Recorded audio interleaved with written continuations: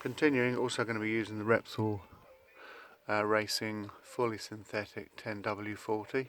Obviously other oils, multi-grade, semi-synthetic or fully synthetic are available, but 1040 is recommended for the Ducati ST2.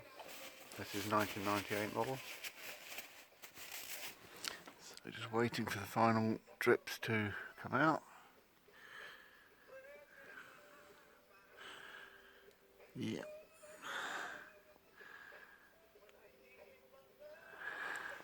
So I'll now put the filter in.